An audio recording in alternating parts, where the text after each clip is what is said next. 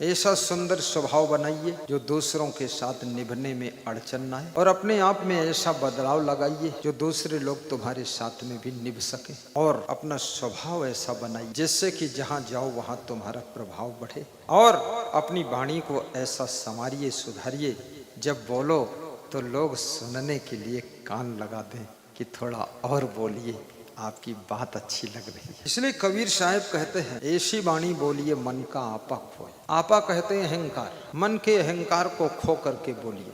कबीर साहब बोलने का मेथड सिखा रहे हैं कि बोलना है तो कैसे बोलना है। मन का अभिमान छोड़ो पहले, उसके बाद बोलो। यदि मन में अभिमान होगा तो जो बोलोगे फिर वो वाणी नहीं बाण बन जाएगी, बोली नहीं गोली बन जाएगी। तो साहब ने पहले ही कंट्रोल कर लिया कि मन का अभिमान छोड़ दो, मन का आपा छोड़ दो, और ऐसा बोलो कैसा बोलो, औरन को शीतल करे आपो शीतल हो।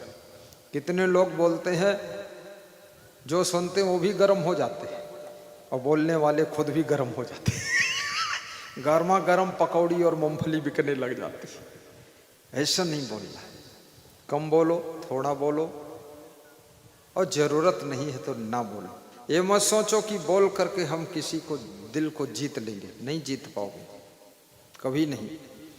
मैं बिहार में गया, भागलपुर के सांसद बोलो मंडल उर्फ शैलेश राघवपुर में, उनकी पत्नी विधायिका थी, वर्षा रानी नाम है। मैं उनके यहाँ कई बार जा चुका हूँ, 10-10 दिन रुका भी हूँ। आज तक उनकी पत्नी कभी बोली ही नहीं, काम सब करती है, देखती रहती है, दर्शन कर लेती दूर से,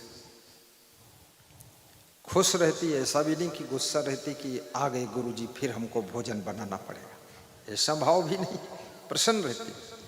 और किचन में 6-6 घंटे काम करती रहती विधायिका होकर, और कर्मचारी भी लगे रहते हैं, और वो कहती गुरुजी के लिए नाश्ता हम बनाएंगे, और बोलती नहीं। तो मैंने उनसे कहा, सांसद जैसे आपकी पत्नी बोलती नहीं। बोले बहुत कम बोलती है, बहुत कम खाती है, बहुत कम सोती है।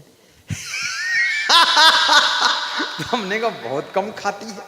बोले जब से आई है इसका वजन बस 50 किलो ही रहता है, बढ़ने ही नहीं देती। 50 ग्राम बढ़ता, अगले दिन कम कर लेती। तो हमने कहा आप, बोले मुझको खूब खिलाती है, मेरा वजन तो जब से आई है तब से 30 किलो बढ़ गया।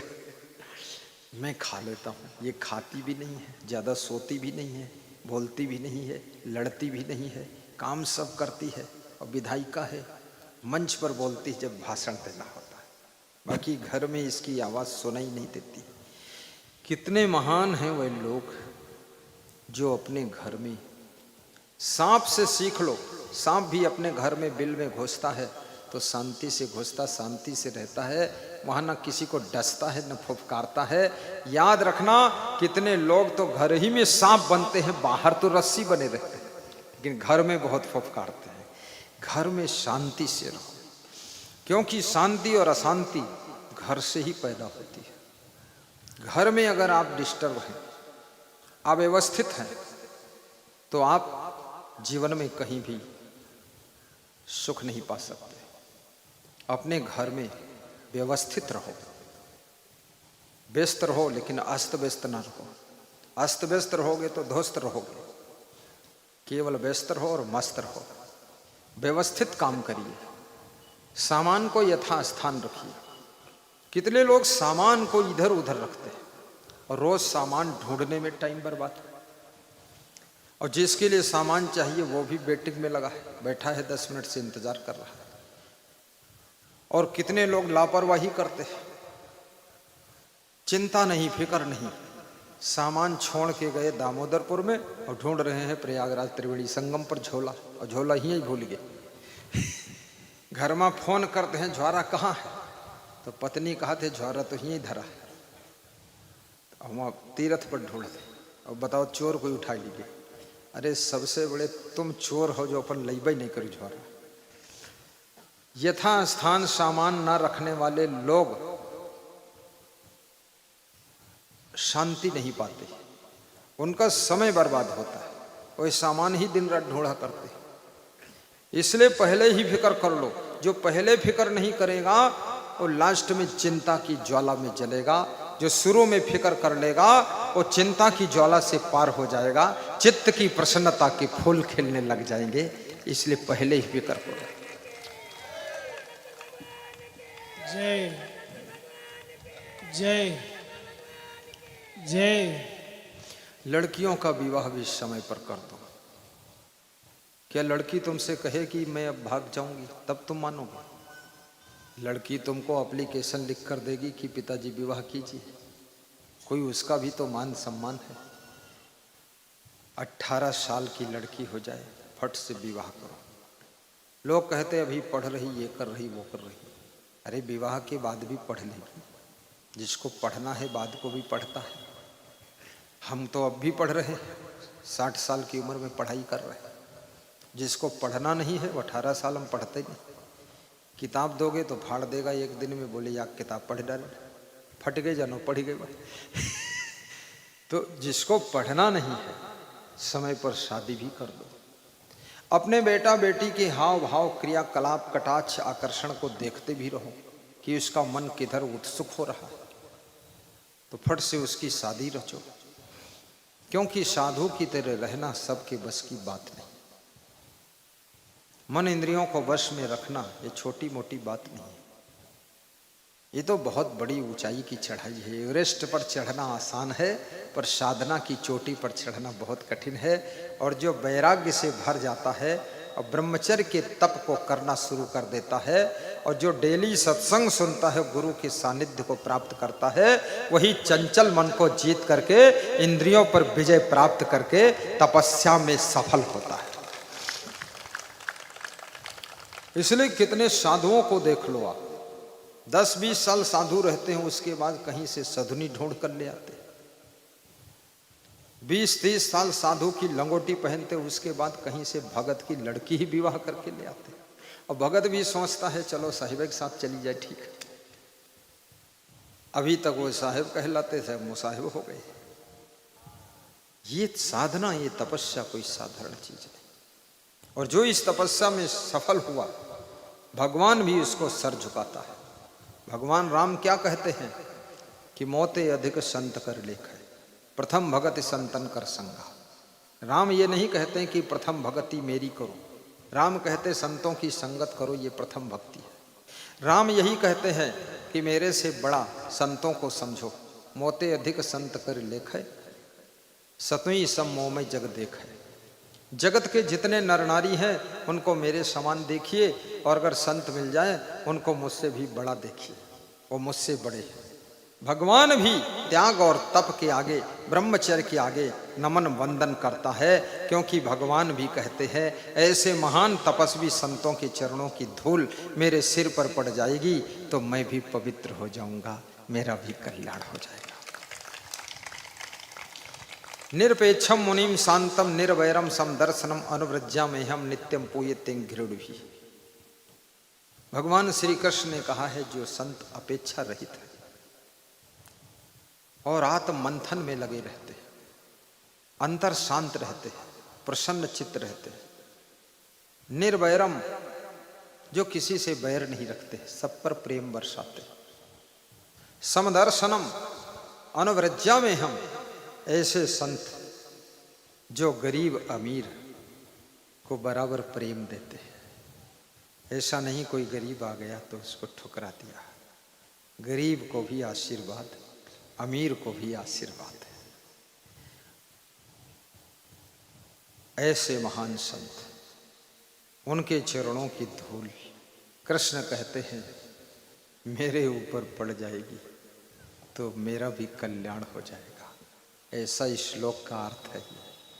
भगवान भी ऐसे महान पुरुष संतों के चरणों की धूल अपने मस्तक पर डालने के लिए इंतजार कर रहा है। धूल तेरे चरणों की सद्गुरु, चंदन और अबीर बनी, जिसने लगाई निज मस्तक पर उसकी तो तकदीर बनी। गाइए। जिसने लगाई निज मस्तक पर उसकी तो तकदीर बनी। धूल तेरे चरणों की सदगुरु, धूल तेरे चरणों की सदगुरु, चंदन और अबीर बनी। जिसने लगाई निज मस्तक पर उसकी तो तकदीर बनी। जिसने लगाई निज मस्तक पर उसकी तो तकदीर बनी। जिसने लगाई निज मस्तक पर उसकी तो तकदीर बनी। धूल तेरे चरणों की सतगुरु, चंदन और अबीर बनी। धूल तेरे चरणों की सतगुरु, चंदन और अबीर बनी। जिसने लगाई निज मस्तक पर उसकी तो तकदीर बनी। धूल तेरे चरणों की सतगुरु, चंदन और अबीर बनी। धूल तेरे चरणों की सतगुरु, चंदन और अबीर बनी। जिसने लगाई निज मस्तक से उसकी तो तकदीर बनी। उसकी तो तकदीर बनी। बोलिए सद्गुरु भगवान की जय। जय। साहिब बंदगी, साहिब बंदगी, साहिब बंदगी, साहिब।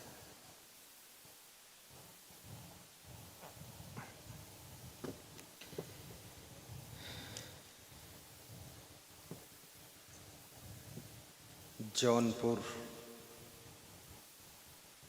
शाहगंज कबीर आश्रम का न्योता आपको दिया जा रहा है, संभालिए। बहुत न्योता आज मिलने वाले हैं आपको। महान संत लक्ष्मण साहब प्रोग्राम कर रहे हैं, वहाँ की महंत हैं। 2-3 नवंबर उनको तारीख मिली है। उन्होंने कहा था, सुबह आए थे कि मेरा न्योता बंटवा देना। गुरुदेव मैं तो जा रहा हूँ तैयारी करने, तो ये न्योता आपको मिला है। जिनको पहले से मिल चुका हो तो मत लेना और ध्यान से बैठे रहना। घर की चिंता अभी ज़्यादा मत करना। 50 साल चिंता कर चुके हो, अब थोड़ा अपनी चिंता करो और बैठकर सत्संग सुनो ध्यान से। अब ज्ञान की बातें सुनकर अपना कल्याण करो, ज़्यादा माया मोह में उलझो ना। प्रेम से बैठो और एक अच्छे श्रोता बनो। अनर्थकम विप्रवासम गृहेभ्यः, ये 7 लक्षण मनुष्य के दुखों को दूर कर देते हैं। पहला लक्षण, अनर्थकम विप्रवासम गृहेभ्यः। जो व्यक्ति बिना जरूरत के अपना घर छोड़कर इधर उधर कुल्लू मनाली, पहाड़, गंदी नाली घूमने के लिए नहीं जाता है, उसके दुख दूर होते हैं। जो फिजूल में घूमता रहता है, जिसका मन भटकता रहता है, कहीं समुद्र देखने जा रहा है, कहीं सूखी नदी देख रहा है, कहीं जंगल में घूमने गया शेर बाघ ही खा गए उसको, कहीं पानी झरना गिर रहा उसे पास खड़ा है, वहीं शेर पानी पीने आया तो खा लिया उसको, नाश्ता बन गया। व्यर्थ घूमने की आदत मनुष्य को दुख में ढकेल देती है, क्योंकि समय अमूल्य है और घूमने की आदत में समय बर्बाद होता है। जो समय बीत जाता है वो समय पुनः लौटकर कभी नहीं आता है। इसलिए समय का सदुपयोग करने के लिए जागो और समय तुम्हारा खो न जाए इसके लिए भी जागो। अनर्थकम विप्रवासम गृहेभ्यः, सत्संग सुनने के लिए अपना घर छोड़कर जाइए और घर की सुरक्षा के लिए किसी को रख दीजिए। घर को हवाओं के भरोसे मत रखिए। आपका घर 20 लाख का है तो घर का दरवाजा भी कम से कम 20,000 का लगाइए मेन गेट, और ताला भी कम से कम 500 का लगाइए कि चोर जल्दी खोल ना पाए। 20 लाख का घर है और 2 रुपये का ताला लगाया है, चोरी हो जाती है। 5 लाख की चोरी हो गई, फिर पछताते हैं कि हम चूक गए, अच्छा ताला लगाते तो ठीक रहता। और घर में सोइए तो अंदर से दरवाजा बंद करके अंदर से ताला लगाकर चाबी अपने पास रखिए और घर के अंदर ही शौचालय बनाइए। रात में घर से बाहर निकलना सख्त मना है, क्योंकि कोई बाहर निकले 4 लोग खड़े हों, दबोच लें, गला दबा दें, मार दें, कुछ कर दें तो। इसलिए हर कमरे में अटैच शौचालय बनाइए। हर कमरे में यदि नहीं बना सकते तो हर मंजिल पर कॉमन शौचालय बनाइए, सुरक्षा की दृष्टि से। इससे समय की बचत होगी और तुम्हारी भी सुरक्षा होगी, घर के सामान की भी सुरक्षा होगी। और घर की डिजाइन के साथ साथ में अगर बाथरूम शौचालय का भी डिजाइन एक साथ करते हो तो खर्च भी कम आता है।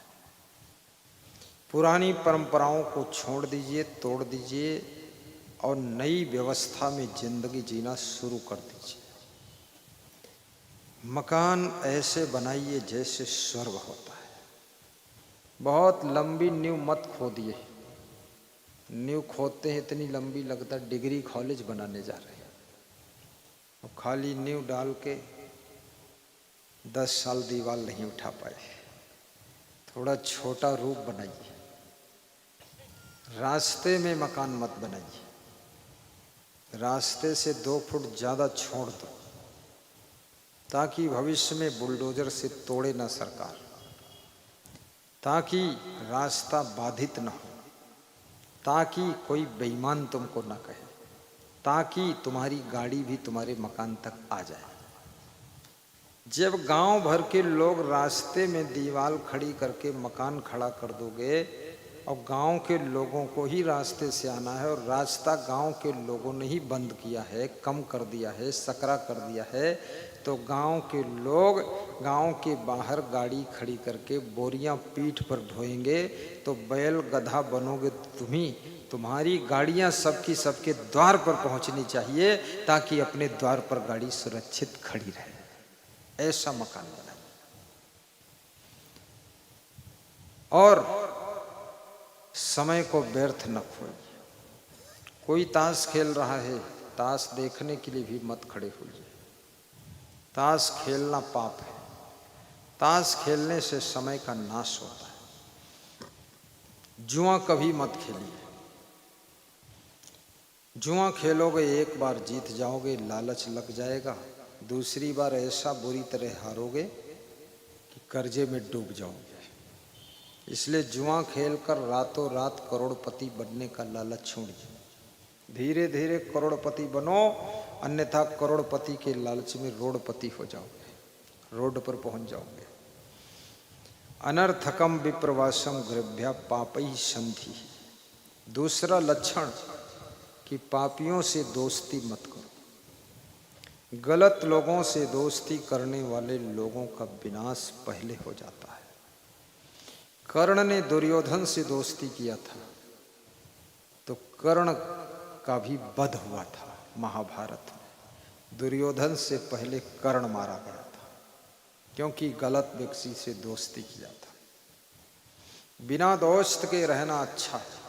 वरम न मित्रम न को मित्र मित्रम, वरम न दारा न को दार दारा, वरम न राज्यम को राज राज्यम, वरम न शिष्यो न को शिष्य शिष्यो। बिना शिष्य के रहना अच्छा है, लेकिन दुष्ट शिष्य के साथ में गुरु को रहना नहीं चाहिए। बिना शिष्य रह लो, बस इतने तो होगा, कोई तुमको नहीं कहेगा गुरु जी और क्या है। बिना स्त्री के रहोगे तो तुमको कोई पति जी नहीं कहेगा, बस इतना ही होगा और कुछ नहीं। दुष्ट पति के साथ रहना अच्छा नहीं है, बिना पति के रह लेना अच्छा है।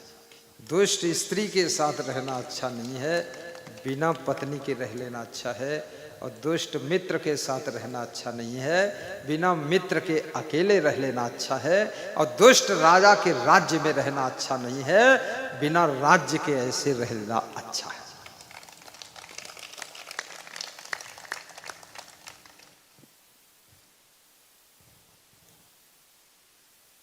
न को दार दारा, दुष्टा भार्या शठम मित्रम भृत्युश्चोत्तरदायिका, ससर्पे चाग्रहे वासो मृत्युरेव न संशया। जिस कमरे में आप सोते हैं यदि उस कमरे में सांप रहता है, काला सांप, तो आपकी मौत में संदेह नहीं है। किसी भी दिन वो सांप निकलकर तुमको डस लेगा, तुम मर जाओगे। मृत्युरेव न संशया। दुष्टा भार्या, और जिस पुरुष की पत्नी दुष्ट है उसके साथ में तुम जब तक जिंदा हो, यही आश्चर्य है, तुम्हारी मौत एक दिन निश्चित होनी, जल्दी मौत होगी। दुष्ट औरत मार डालेगी तुम्हें। दुष्टा भार्या सठम मित्रम, और सठ मित्र है, लालची मित्र, धूर्त मित्र, वो तुम्हारा मर्डर करवा देगा तुम्हारी धन दौलत के लिए। इसलिए सठ मित्र की मित्रता त्याग देना चाहिए। भृत्युश्चोत्तरदायिका, और तुम्हारे जो नौकर चाकर है, कर्मचारी, वो प्रत्युत्तर देते हैं, रिप्लाई करते हैं, तुमसे बात लड़ाते हैं। ऐसे नौकर के साथ में तुम्हारे मन में इतना दुख हो जाएगा कि उसी टेंशन में तुम मर जाओ। ऐसे कर्मचारी का भी त्याग कीजिए। ऐसे कमरे में मत सोइए जिसमें सांप सो रहा है। ये सावधानियां नीतिकारों ने बताया है। दुष्टा भार्या सठम मित्रम भृत्युश्चोत्तरदायिका, ससर्पे चाग्रहे वासो मृत्युरेव न संशया। धर्म पत्नी का मिलना, जिसके बृहत पुण्य होते हैं उसको धर्म पत्नी मिलती है। इसलिए स्त्रियों के नाम में धर्म पत्नी लगाया जाता है। पति को कभी धर्म पति नहीं कहा जाता है, स्त्री को कहा जाता धर्म पत्नी। क्योंकि स्त्रियां जितना धर्म को निभा सकती हैं, पुरुष लोग थोड़ा बेधर्म हो जाते हैं। ये बाहर जाते हैं, कुछ भी खा पी लेते हैं, कुछ ठिकाना नहीं रहता है। किसी की मित्रता में दारू पी लेते हैं, मुर्गा अंडा खा कर आते हैं, और घर में कहते हैं आज पेट में थोड़ा गड़बड़ है, आज कुछ नहीं खाएंगे। पूरा एक मुर्गा पेट में गड़बड़ मचा रखा है। इसलिए धर्म पति बनना बहुत कठिन है। और धर्म पत्नी हर स्त्री के नाम के आगे देवी लगाया जाता है, क्योंकि इनमें देवी के गुण होते हैं। देवी और देवता ये कोई ऐसा नहीं है कि आकाश से टपके हैं। देवी और देवता भी किसी माता पिता के द्वारा ही जन्म लेते हैं। जब उनमें देवी के गुण आ जाते हैं तो उनकी पूजा शुरू हो जाती है, उनका सम्मान शुरू हो जाता है। बहराइच जिले में फूलचंद मेरा सत्संग करा रहे थे, तो वहाँ जिस रास्ते से मैं पद यात्रा जाता था, प्रातः परिक्रमा, उस रास्ते में एक चबूतरा था। चबूतरे पर एक स्त्री की मूर्ति बनी हुई थी, उस पर लोग फूल चढ़ाने आते थे। तो मैंने कहा ये कौन देवी है? बोले ये गांव की रही है, लेकिन ये देवी से कम नहीं रही।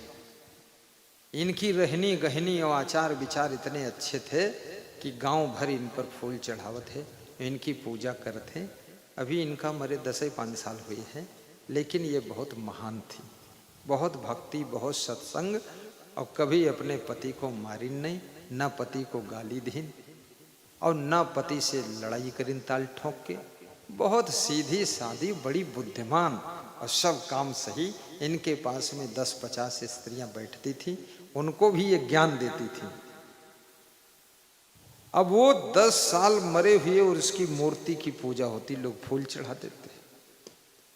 और कितने स्त्रियां जिंदा हैं, उनके ऊपर लोग धूल चढ़ा देते। तो सोचिए, जीते जी देवी के जैसे बन जाओ, जीते जी देवता जैसे बन जाओ। आपका जीवन देवी और देवता से भी सुंदर होना चाहिए।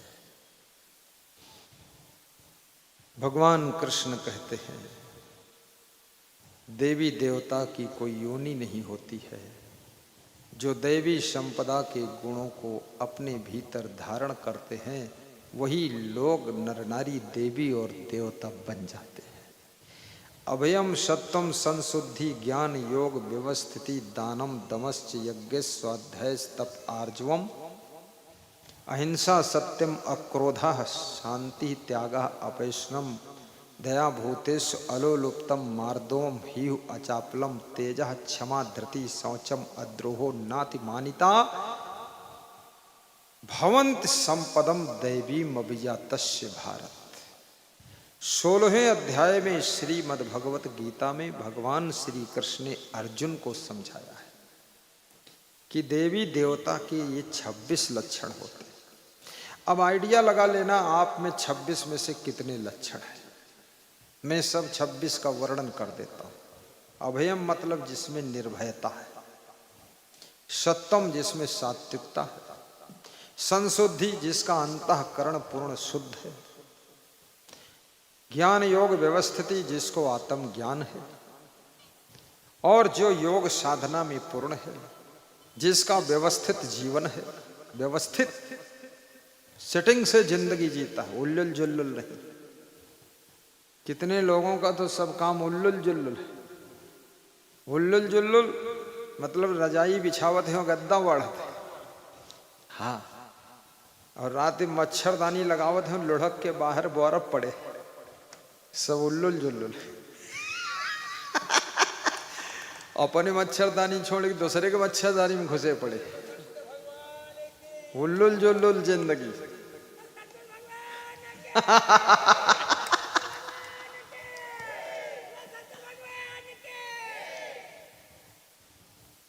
कोई ठिकाना नहीं।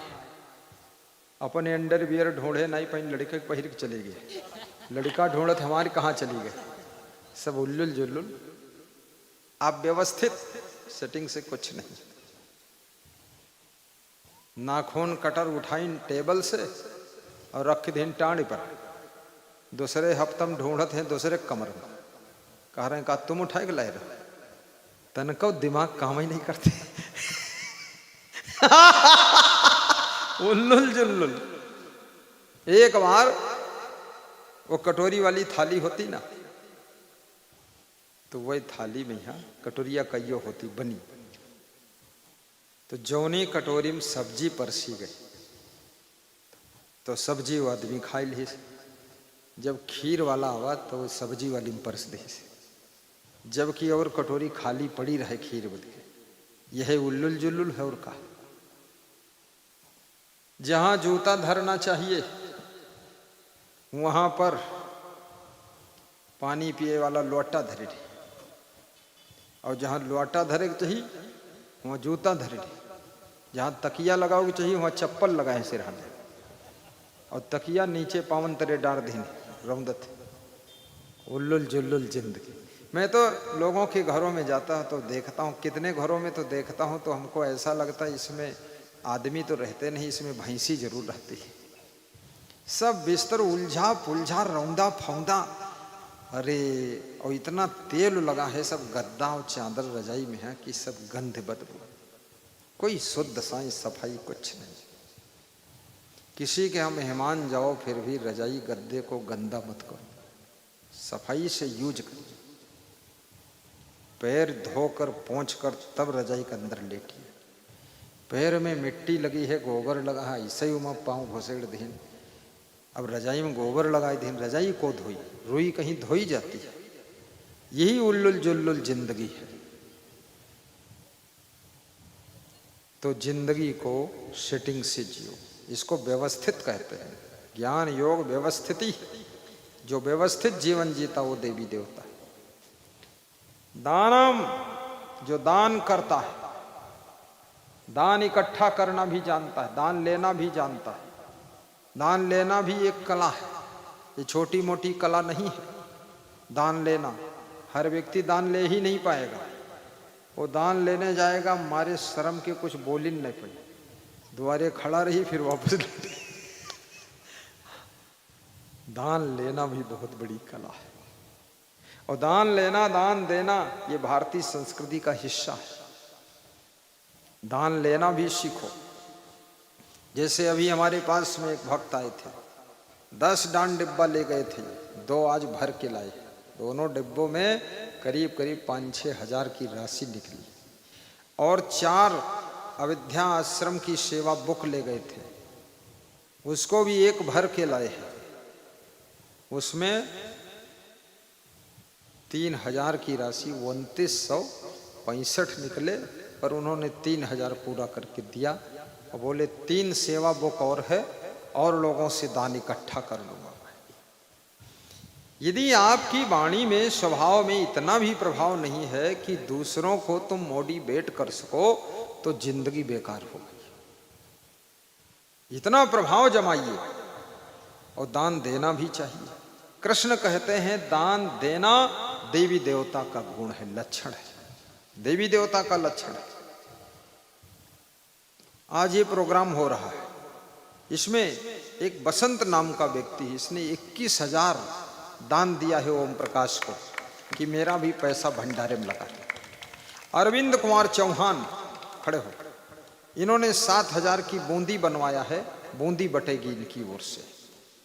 ये प्रयाग से आई हुई, ये कृषि वैज्ञानिक है, वैज्ञानिक भी दान कर रहा है। और इसमें 2100 बहुत लोगों ने दिया है, 1100 बहुत लोगों ने दिया है। मेन आयोजक तो ओम प्रकाश है, और बाकी छोटे छोटे इसमें सहयोगी आयोजक कम से कम 30-40 लोग हैं, और उनको भी व्यास गादी आशीर्वाद देती है। ये प्रोग्राम बहुत लोगों के सहयोग से सफल हो रहा है। धर्मेंद्र जी ने भी दिया है, इसमें खड़े हो, 2100 इनका है शायद, 11,000 धर्मेंद्र का, वो खड़े हैं गमछा वाले। और 20 दिन से सेवा में लगे हुए, 10-12 दिन से घर लौटे ही नहीं, तन मन धन अर्पण है गुरु के पास। प्रचार प्रसार भी कर रहे हैं। विनोद रिक्शा वाले वो भी जुटे हुए हैं। ये रमेश कई दिनों से सेवा यहाँ कर रहे हैं, खड़े हो जाए। रायबरेली से आए हैं प्रचार प्रसार करने। ये राकेश लखनऊ से आए हैं, ये भी सेवा में जुटे हुए। तो सेवा ये देवी देवता का लक्षण है कि श्रम दान करना, अन्न दान करना, धन दान करना, रक्त दान करना, समय दान करना, नेत्र दान करना, अंग दान करना, अंश दान करना, ये देवी देवता का दानम दमश्च। दमश्च माने जो इंद्रियों को बस में रखता।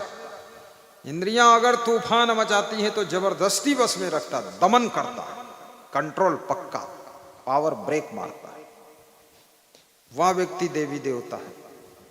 और यज्ञश्च, और जो यज्ञ करता है। यज्ञ कौन यज्ञ? अश्वमेध यज्ञ, अजयमेध यज्ञ, घृतमेध यज्ञ, गोमेध यज्ञ और ज्ञान यज्ञ। सबसे श्रेष्ठ है ज्ञान यज्ञ। श्री कृष्ण कहते हैं श्रेयान द्रव्यम यात यज्ञात ज्ञान यज्ञ परम तप सर्वम कर्म अखिलम पार्थ ज्ञानी परिसमाप्यते। हे अर्जुन, समस्त यज्ञों में ज्ञान यज्ञ श्रेष्ठ यज्ञ है, क्योंकि ज्ञान यज्ञ में यावन मात्र कर्म समाप्त हो जाते हैं, कर्मों की निर्जरा हो जाती है और जीव कर्म के बंधन से छुटकारा पा जाता है। अर्थात जीव का मोक्ष होता है तो ज्ञान यज्ञ से होता है। और ज्ञान यज्ञ कोई महान पुरुष के मुख से निकली हुई वाणी के द्वारा संपन्न होता है। वही ज्ञान यज्ञ दामोदरपुर में चल रहा है। ये ज्ञान यज्ञ है, ये कोई छोटा मोटा यज्ञ नहीं।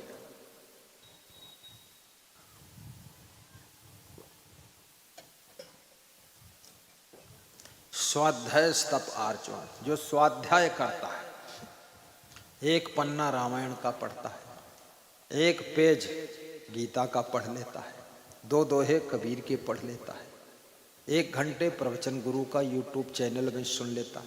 इसमें ऐसे कितने लोग हैं जो गुरु का प्रवचन यूट्यूब चैनल में सुनते हैं? हाथ ऊंचा करें। ये सुनते हैं, वेरी गुड। और सब्सक्राइब भी कर लो, तो हर प्रवचन उसमें बताएगा कि कहाँ अगला प्रवचन है। सब्सक्राइब करना आता नहीं, मैं ये साधु भेज रहा हूँ, ये सब्सक्राइब कर देगा।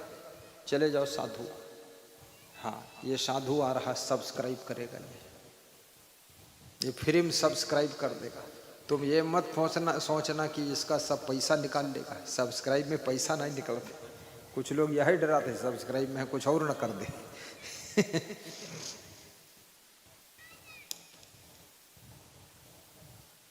स्वाध्याय तप आर्जन, और जिसके पास में तप है। तप किसे कहते हैं?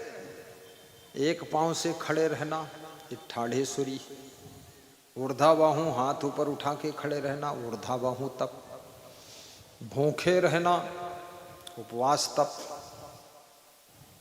पानी में भीगते रहना, जल तप, 5 कुंड अग्नि के खोद कर और बीच में बैठे रहना, अग्नि में तपते रहना, पचगन तप। ये तप क्या है? कृष्ण कहते हैं ये तप सब अज्ञानता के कारण किया जाता है। असली तप है देव दुज गुरु प्राज्ञ पूजनम शौचम आर्जवम, आचार्योपासनम अहिंसा, आचार्योपासनम अहिंसा चा शारीरम तपः उच्यते, मनः प्रसादा सौम्यत्वम मौनमात्म विनिग्रह, भाव सत्तम संशुद्धि रित्तपोमान समुच्यते। ये मन का तप। और वाणी का तप, स्वाध्याय अभ्यसनम चयो वांगमयम तपः उच्यते, प्रियम चाहितम सत्ययत। वाणी का तप, मन का तप, शरीर का तप, 3 प्रकार का तप बताया गया है। ये हमारे संत जी सब्सक्राइब करने के लिए आए हैं, इनको बुलाकर अपने मोबाइल में करा लो। संकोच मत करो, ऐसे बुलाया करो हाथ से कि इधर आओ बाबा, ही आओ, ऐसे बुलाया करो जैसे लड़कन को बुलाओ जा छोटे, बोलो ना हाथ हलाए दे बस। तो ये शरीर का तप क्या है? देव दुज गुरु प्राज्ञ पूजनम शौचम आर्जवम, आचार्योपासनम अहिंसा, ब्रह्मचर्यम अहिंसा चा शारीरम तपः उच्यते। देवता दुज माने जो संस्कारी लोग हैं, दुज माने जिसके 2 जन्म हुई। शरीर का जन्म तो माँ बाप से हुआ है, और संस्कारों का जन्म गुरु से हुआ है, उसको द्विज कहते हैं। ऐसे द्विज पुरुषों को जो गुरु भक्त हैं उनकी सेवा करना ये शरीर का तप है। प्राज्ञ पूजनम, ज्ञानियों की पूजा करना, देव द्विज गुरु की पूजा करना, गुरु का सम्मान करना, सेवा करना, पवित्र रहना, शौचम आर्जवम, सहज सरल रहना, अहिंसा का पालन करना, आचार्य गुरु की उपासना करना, ब्रह्मचर्य का पालन करना, ये सब शरीर का तप कहा गया है। ये भूखे रहना तप नहीं है। भूखे तो अकाल पड़ता है तो लोग सब भूखे ही रह जाते हैं। भूखे रहना, कृष्ण कहते कर्ष्यंता शरीर स्तंभ भूत ग्रामम अचेतसा, जो भूखे रह करके शरीर को कष्ट देता है, कृष्ण कहते हैं अर्जुन मैं उससे खुश नहीं होता, क्योंकि शरीर के भीतर आत्मा के रूप में मैं परमात्मा रहता हूँ और मुझे कष्ट मिलता है। इसलिए शरीर को दुख मत दो। ठंडी लगे तो ओढ़ लो, गर्मी लगे तो पंखा चला लो, भूख लगे तो कुछ थोड़ा खा लो, और प्यास लगे तो पानी पी लो, और नींद लगे तो सो लो, और बीमारी लगे तो थोड़ा पैदल टहल लो, तो बीमारी भी टहलने चली जाएगी। थोड़ा टहला करो। पैदल चलने में कितने लोग बहुत आलसी होते हैं। जब पैदल चलते हैं तो बार बार पीछे मुड़ मुड़ कर देखते, कोई साधन आ जाए तो बैठ लेते। आज मैं पैदल सवेरे सवेरे गया तो मैंने पूछा ओम प्रकाश जी से कितने किलोमीटर आई गए, तो ओम प्रकाश बोले 5-6 किलोमीटर तो हो ही गवा है। तो हम समझ गए भक्त लोग चाहते अब लौट चलो। पैदल चलना, पैदल चलने से शरीर में 43 बीमारियां नहीं आती, इसलिए जब तक मरो ना तब तक पैदल चलते रहो। पैदल चलने का मतलब ये नहीं है कि दिन भर पैदल चलते रहो, तो काम कब करोगे? सुबह चल लीजिए थोड़ा सा, शाम को चल लीजिए बस। यदि खेती पाती का काम है तो अलग पैदल चलने की जरूरत नहीं, खेत में ही चलते रहोगे। लेकिन कुर्सी पर बैठने का काम है, उनको पैदल जरूर चलना चाहिए, और व्यायाम प्राणायाम योगा भी करना चाहिए। 10 मिनट हर रोज टहले, शाम को खाने के बाद। 10 मिनट हर रोज टहले, शाम को खाने के बाद। 10 मिनट हर रोज टहले, शाम को खाने के बाद। अर्जुमंदान सेहत याद रखे उसूल। जो लोग सेहत चाहते हैं, तंदुरुस्ती चाहते हैं, वो ये उसूल याद कर ले, ये नियम याद कर ले। क्या? 10 मिनट हर रोज टहले, शाम को खाने के बाद। बिना भूख भोजन जहर से कम नहीं, और भूख लगे और भूख से कम भोजन करो तो वो भोजन अमृत से कम नहीं। बिना भूख भोजन जहर के समान होता है, और भूख से अधिक भोजन बीमारी पैदा करता है। और भूख जितनी है उससे थोड़ा कम भोजन आपको अच्छे स्वास्थ्य का गिफ्ट दे देता है। इसलिए थोड़ा कम खाया करो। कम खाना कठिन है, बिल्कुल ना खाना आसान है। जब खाने आदमी बैठता है तो बहुत अच्छा लगता है। रोज ज्यादा खा लेता है और रोज पछताता है कि अब कल कम खाऊंगा, और कल नंबर आता तो फिर ज्यादा खा लेता है। ऐसा कहते कहते बोलते बोलते सोचते सोचते 25 साल हो गए, रोज यही हो रहा। कम खाना बहुत बड़ी तपस्या है, गम खाना भी बहुत बड़ी तपस्या है। अपनों की गम खाना सबसे बड़ी तपस्या है। परायों की गम खाना आसान है, लेकिन अपने लोगों की गम खाना बहुत कठिन है। अपनों की भी गम खा लीजिए। और अपनों के साथ अपने लोग गलती भी कम कीजिए, बहुत गलती मत करो, क्योंकि ज्यादा गलतियां रिश्तों को मार देती है। गलत आदतें संबंधों को खराब कर देती है।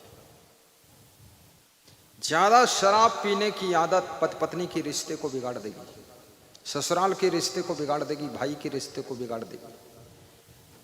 बेईमानी का स्वभाव भाई का रिश्ता खत्म करा देगी। मन में ये भाव रखो कि 1 रुपया हम कम ले लेंगे, कोई बात नहीं, संतोष रखना चाहिए। तुम्हारा भाग्य कोई नहीं छीन लेगा।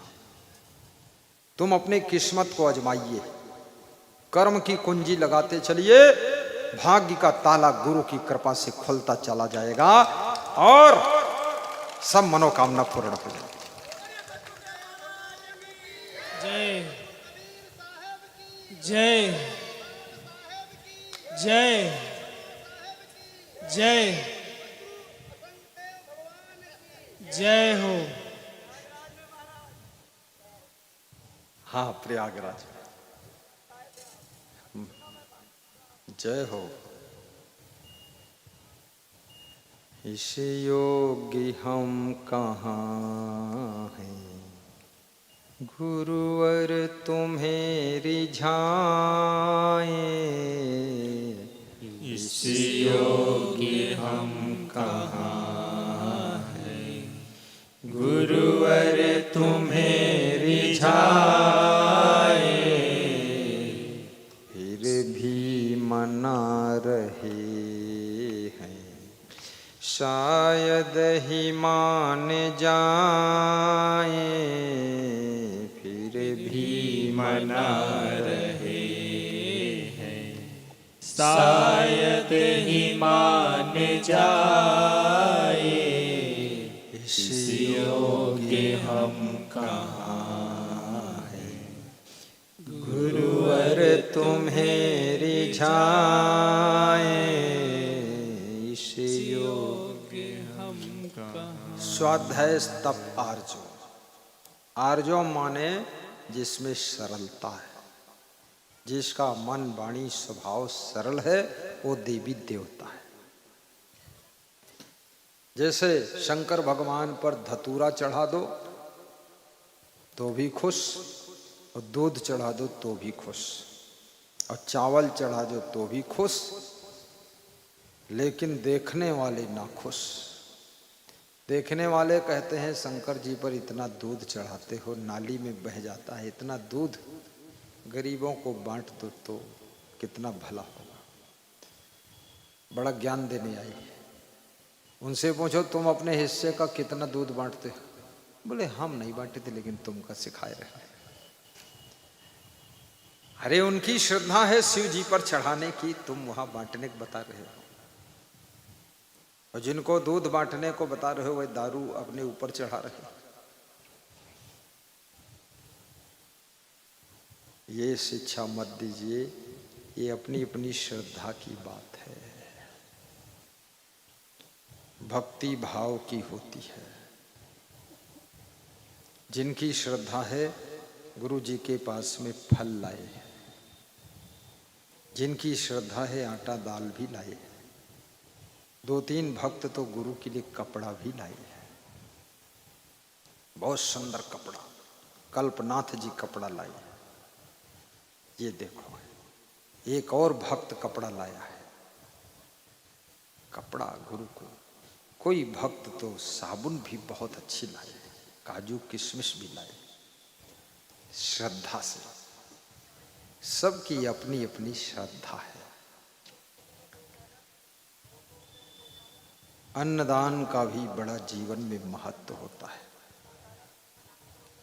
मनुष्य के पास में कितना धन हो, कितना सोना चांदी हो, लेकिन भूख लगने पर अन्न ही प्रिय लगता है। इसलिए नीति शास्त्र में लिखा है, अन्न के समान कुछ प्रिय नहीं। लोग सोना बेचकर भी दाल चावल खरीद कर खाते हैं। सोना थोड़े खा लेंगे, इसलिए रूखा सूखा असन जो मिलत कठिन से जाए। जो भोजन मिले भोजन का कभी निरादर मत करो, प्रेम से खा लो। और बनाने वाले वही हैं, भोजन सामग्री वही है, किचन वही है। रोज भोजन अलग अलग प्रकार का बनता है, क्योंकि भोजन एक आइडिया शास्त्र है, आइडियोलॉजी। आइडिया से इसमें नमक मिर्च मसाला तेल डाला जाता है। किसी रोज ज़्यादा टेस्टी बन जाता है, किसी रोज कष्टी हो जाता है, कष्ट देता थोड़ा है। इसलिए खाने वालों को मन में संतोष करके खा लेना चाहिए। आज मेरा शिष्य भोजन बना कर लाया तो मैंने पूछा ये रोटी किस चीज़ की है? बोला बाजरे की रोटी। तो मैंने कहा ऐसी रोटी पहली बार तुम्हारे हाथ से खा रहा हूँ। बोले आज छोटे चूल्हे पर बनाया हूँ। मैंने कहा रोज? बोले बड़े चूल्हे पर बनाता था। मैंने कहा अब छोटे पर ही बनाना। तो मुस्करा दिया और कल फिर बड़े बना देगा। तो भोजन वही व्यक्ति बनाएगा, लेकिन अलग अलग प्रकार का बन जाएगा। इसलिए भोजन करने वालों को खुशी से भोजन कर लेना चाहिए। कम से कम खिचड़ी मिल गई वही बहुत है, रोटी मिल जाए वही बहुत है। कभी कभी घी रोटी और नमक भी खाया करो, सब बंद करो, घी रोटी नमक। और कभी कभी बस दूध रोटी और शक्कर मिलाकर खा लिया करो। सब्जी दाल चावल सब बंद। कभी कभी दूध भात भी खाया करो। कभी कभी कढ़ी और खिचड़ी भी खाओ। घर में स्ट्राइक कर दो कि आज कुछ नहीं बनना, खिचड़ी कढ़ी। और कभी कभी अपने घर में खीर पूड़ी भी बनाकर खाया करो। शानंदम सदनम सुदा सुदिया। सादा से सादा भी भोजन कीजिए। और कभी कभी होली दिवाली रक्षा बंधन गुरु पूर्णिमा में पकवान भी बनाकर खाइए। और कभी कभी आधा दिन व्रत भी रह सकते हो अगर पेट फूला फूला है। कभी कभी ऐसा होता पेट बिना खाए भरा रहता, फूला रहता है, तो फिर मत खाओ कुछ। पेट फूल गया मतलब अंदर मशीन काम करना बंद कर चुकी, तभी फूला है। अब फूला को पचकने देना है तो मत खाओ, फिर खा लोगे तो उल्टी पलटी शुरू हो। अब मत खाओ, बस पानी पियो, पानी पियो, सब ठीक हो जाए। जोर से हंसो, सब आते हिल जाए। तुम जोर से हंसते भी तो नहीं हो। ऐसा हंसा करो कि पेट पकड़ पकड़ कर हंसो, और हंसते हंसते आंसू आ जाए तो समझ लो तुम्हारी हंसी में पूर्णता है। और कभी कभी ठहाका लगा कर भी हंसा करो। दुनिया में हंसना कठिन है, रोना आसान है।